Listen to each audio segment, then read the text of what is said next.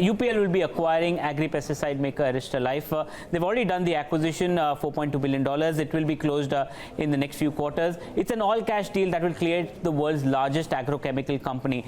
Now, we'll have Jay Shroff with us to discuss the entire deal. Good afternoon, Jay. Thank you so much for joining us on today's discussion to discuss how this has gone through. We know the contours of the deal, but let's get some concerns out of the way which the market has. Firstly, it's a huge debt that you're bringing on your books. It's a $3 billion debt that you've taken for this. Was this the right move of going in for such a high leveraged buyout? First of all, excuse me, I've lost my voice, but I'll try my best to make sure you can hear me. Yeah, I think that, the deal, actually we have a very low gearing on the deal.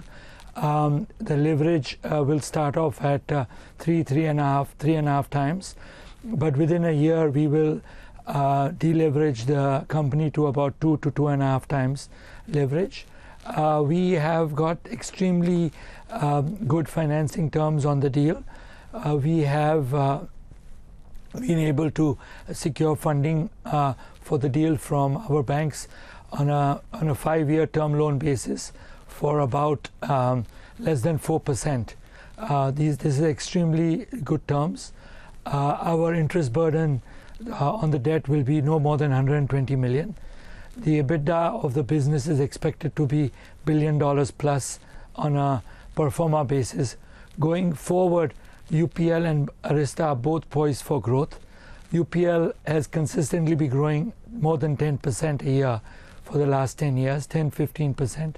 We believe our earnings growth and the cost optimization which we will bring will make this deal extremely cash generating, and that will help us to reduce any leverage. But in any case, we believe that the amount of leverage we're taking is within a controlled amount. I mean, very much under our control. Okay, Jay, by when do you expect to repay off the entire debt of this buyout that you've taken? So the term loan is for a period of 5 years and a bullet payment after 5 years. UPL, as you know, generates quite a lot of cash, and together the company will be, more than $1 billion of EBITDA. I believe that much earlier than 5 years, maybe 3.5 years, we will be able to repay generate enough cash to repay the debt. Okay. The other fact is the equity that gets in, because TPG and AGIA, they will put money into your wholly owned subsidiary, that is UPL Corp. How is this structured? Can you give us more details of this? How this is structured? So both AGIA and TPG are putting in equity, about $1.2 billion into our wholly owned subsidiary Mauritius based, which is acquiring Arysta. They are just coming in as equity partners. They believe in the story.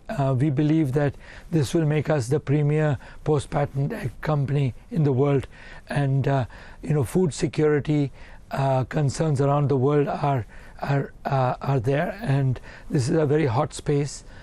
People are very interested in being in the food space, and this will make us a world leader, and I think they want to be part of that. What's the structure now of with AGIA and TPG coming in? What's the structure of UPL Corp? How much percent do you own? What was it earlier, and how will the shareholding change now? So UPL Corp is a 100% subsidiary of UPL India, and with the 1.2 billion equity infusion, they will get about 22% stake in the company. Okay, they'll get a 22% stake. Usually, you've had a fantastic track record, Jay. That credit we have to give you, because of the spate of acquisitions that you've done, you managed to turn around. But the thing is, they were smaller acquisitions, $200-300 million, done at an EV to EBITDA of 6 times. This is a fairly large acquisition. It's a $4 billion acquisition. and the EV to EBITDA is also much higher, almost 9 to 10 times here. What made you change your strategy from going in from getting companies at your terms to getting in such a large asset for UPL? So we've done more than 50 acquisitions over the last 25 years, small and big ones. We run our business in 130 countries. We are a truly global company out of India. We understand managing integration very well. The amount we are paying for the company is about 9.5 times. But with our synergies, we are expecting optimization, business optimization, to bring out about 200 million. We're not even talking about sales synergies. Both the business are very complementary. We have a completely complementary product range. Our markets where they are strong, we are not so strong. Where we are strong, they are not so strong. So if you just look at a market like Brazil, UPL is very strong on row crops, soybean, corn, cotton, while Arysta is very strong on vegetables, fruits. This is completely complementary. If you look at East Europe, Africa, you look at India, there's complete complementary. UPL is strong in India, Arysta has no presence. They have a fantastic portfolio. Africa, UPL has a small presence there. They are a market leader. East Europe, all these are completely complementary markets, and will give us tremendous sales growth. We have a portfolio of products to launch through their channels, and vice versa. So we believe the sales synergies will be in excess of the number. So if you add 200 million of optimization and at least 200 million of sales synergies, we're talking about a number which is much lower than even the past acquisitions we've done. We believe that this will be one of the best deals we've done, and we are very excited, and so are our partners AGIA and TPG. This is a compelling transaction which we have been looking for quite a few years. We've been in discussions on and off for more than a year now, and we looked at it even in 2007 when Permira bought it, and so we are very familiar with this asset. And we believe that it's completely complementary. Okay, Jay, the reason I was asking for such a large acquisition is that history shows that leverage acquisitions or leverage buyouts don't always work the way when it is happening, and history shows it. Obviously, there will be some. So that's the concern that Street has, that how will UPL be able to turn out such an acquisition? And if you notice how your share price fell almost 40% when the news started coming in that you are going in for such a large acquisition. So a word on why the Street is concerned. Any word on why you believe that this can be easily turned around by you? So I think that the market did not know, and we couldn't announce the details of the transaction prior to closing. Now that we have closed it, we announced it, and the market reacted very positively. All the three investment the rating agencies have given us a positive view. They are looking at this asset, this acquisition. They maintain our investment grade rating. I think it's not a leverage, irresponsible leverage. We are at 3 times, which is very manageable. Our funding is at less than 4%. I think that even if you go to the bond market today, even a sovereign company in India may not be able to raise money at less than 4%. So I think we are very, very comfortable. The deal, the financial structure is done very conservatively.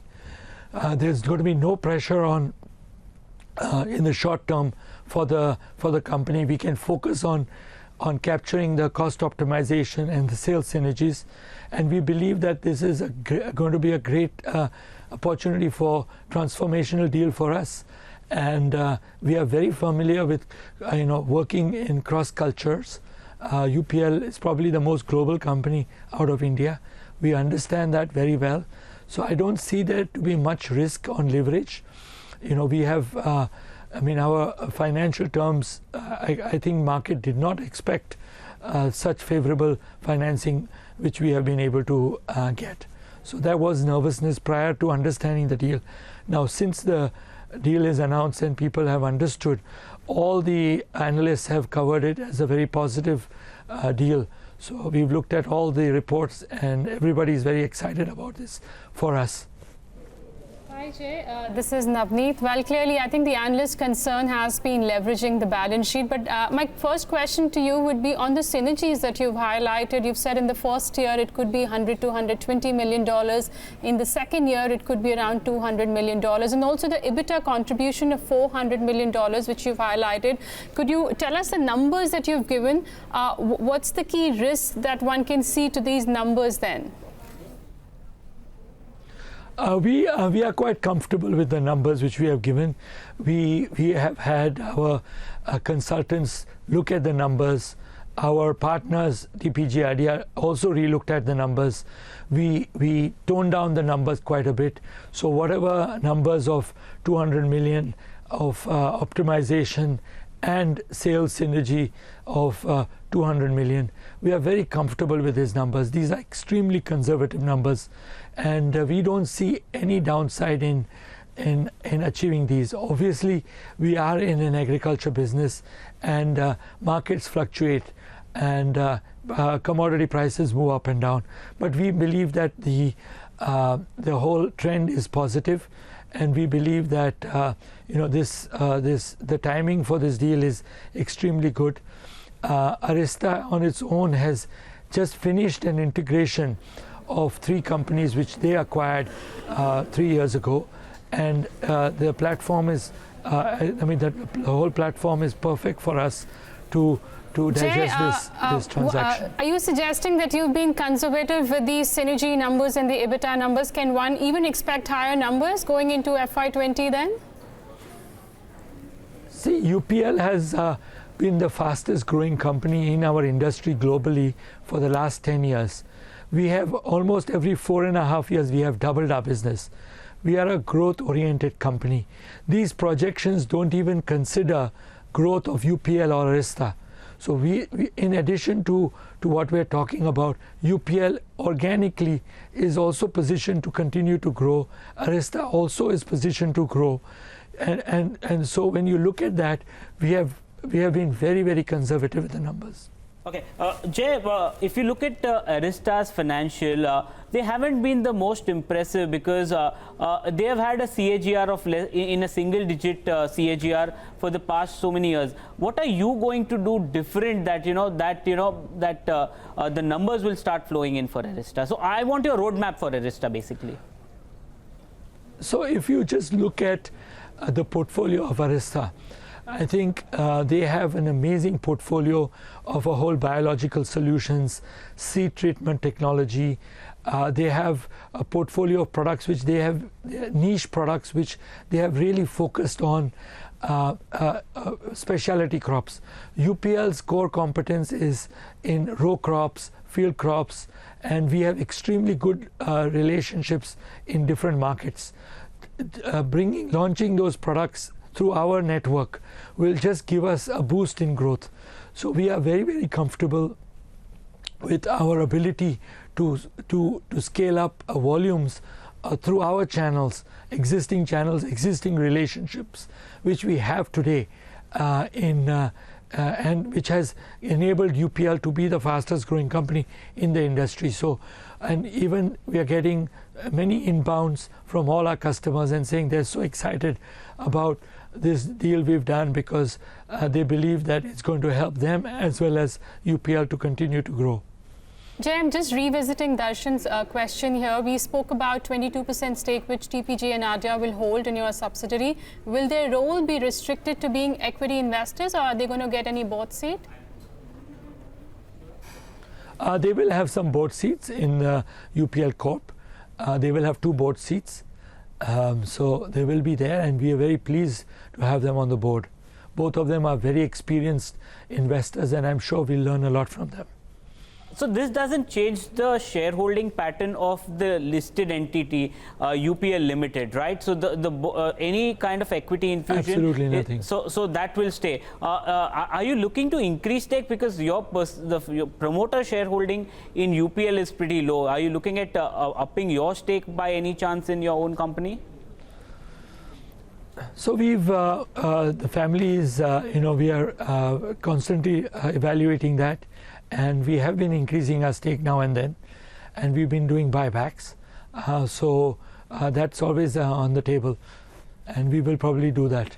Okay. And my final question before we end, not to do with Arysta, but generally in terms of the currency movement that we've seen in the Latin American market. You have a sizable presence there. Are you concerned with the way things are moving there? Are you seeing any kind of concern with what's happening there?